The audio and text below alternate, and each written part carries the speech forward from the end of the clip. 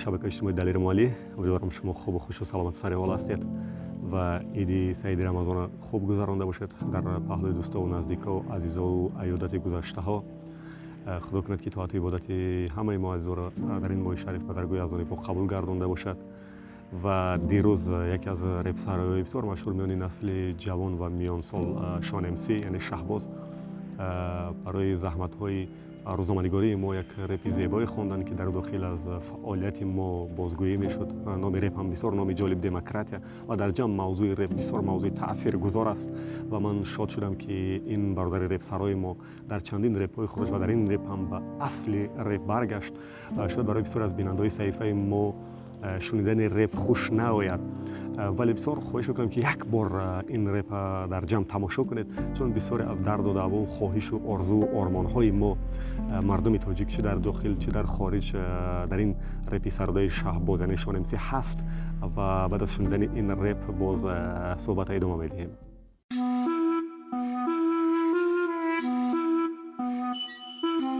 Shame Production.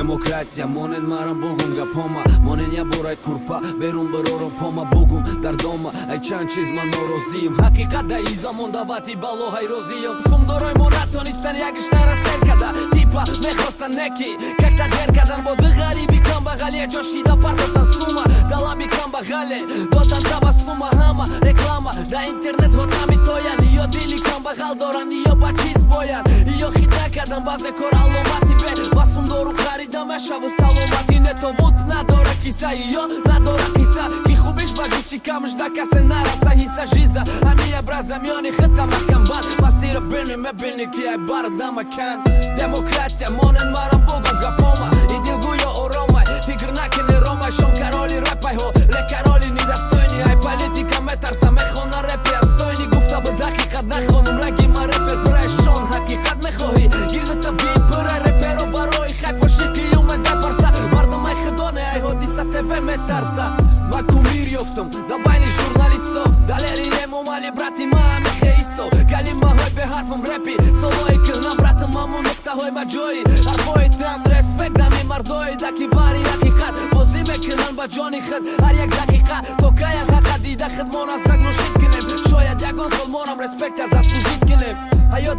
قینه کاشه سرکودکشم روی دستی و چجاندم سبوککشم بالما چیست حقیقت بگم روی خسو کردم بعد برای حقیقت هیچیم نگن که کودک ایودم های درویه در حیات بشون مرد کی نزدیک قیامت ایوده نزدیک با مرگ ایوده نزدیک برد خیال میکنم تقلی خشو چه حیات نسوز که امروز رنگی گلی پگه دوران پیریه پگه ایام قینیه پگه به پدر بحری کودک ای مادریه بلوگر فوکش در آسمان کارش کتگیه براتم خبر نداره подписи گوجه تو قگیه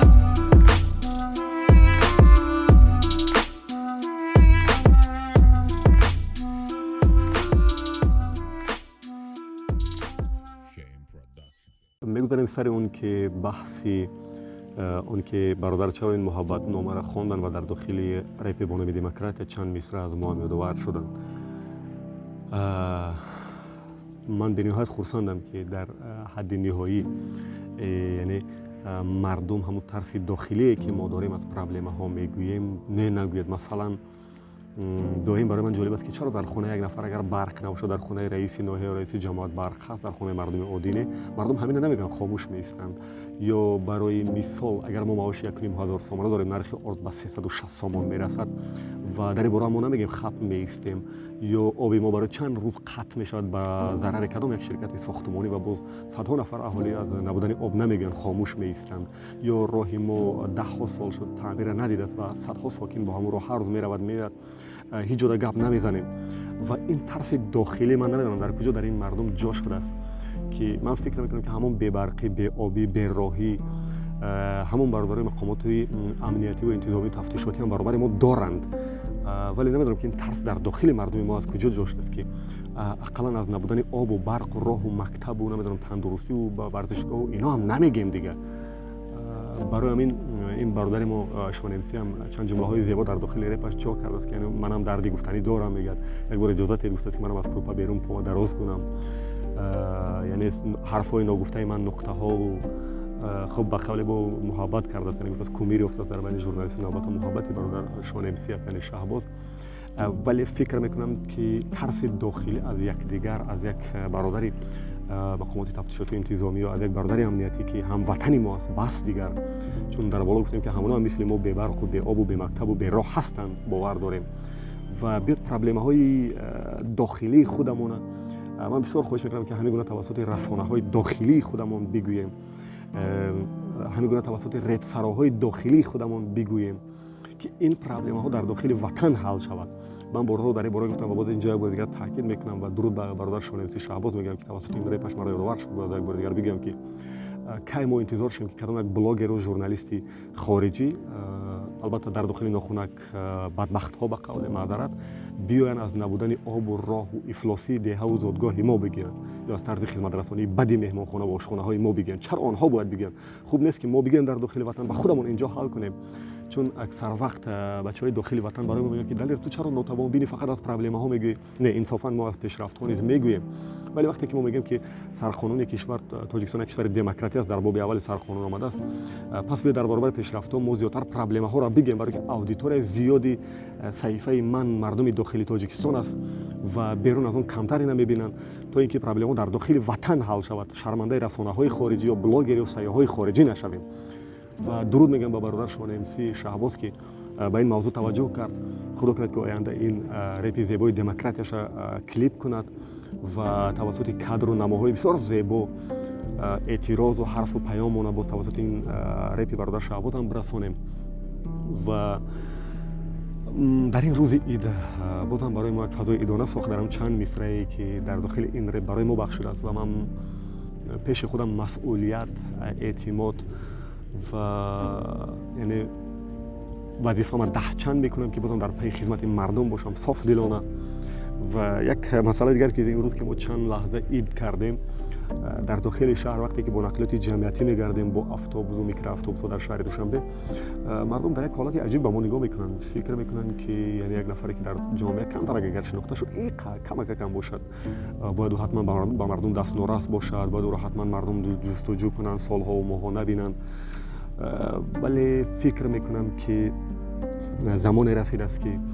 مردم باید رئیس شهر و ناحیه خودش در داخل اتوبوس جمعیتی ببیند. زمان رسید است که مردم باید رئیس کدام اداره و وزیر حتما در میان مردم ببینند. من بسیار خواهش میکنم از وزارات و اداره و کمیته هایی که اونجا رئیس و وزیر دارن، بسیار خواهش میکنم همچون یک شهروند تاجیکستان و حتی طلب هم میکنم که خواهش و زاره که در بین مردم باشید، در نقلیات های جمعیتی باشید، در چنین روزهای عید و حتی روزهای عادی پیاده قدم بزنید که مردم شما را ببینند در کوچه و پس کوچه ها و اعتماد کنند که وزیر و رئیس های ما دسترس هستند، راهبران ما دسترس هستند. و این گونه یک جامعه نسازیم که نفری که در جامعه شناخته است یا مسئولیت دارد او باید دسترس نباشد، او را باید در ماشین قیمت بها ببینیم. از همون لکسوس و رنج راور ها کمتر پیاده بگردیم در بین مردم که فکر میکنم هم برای سلامتی و هم برای آبروی شما و هم برای حل پرابلم های شما کمک میکنه که در میان مردم هستید و پرابلم ها را زیادتر میبینید. در اکثر حالات معاون ها این مسئله پرابلم ها را تا شما نمیرسانند و با معاون ها اعتماد و باوری میکنیم و بسیاری از حجت ها امضا و مهر میزنیم و بعداً میبینیم که مسئله در کجا بوده است. البته نصیحت شد، بازم عذر از وزیر و رئیسایی که از سن و سال و وظیفه و کارشون از ما بالاتر است، ولی این واقعیت است که ما در میان مردم هستیم و به شما میرسانیم. و بازم درود میگیم به برادر شان ام سی شهباز که محبت کردن این رپ سرایدن با نام دموکرات کم ناید، چون این رپ هایی که از درد مردم میگه زیادتر باشد، با مردم باشید.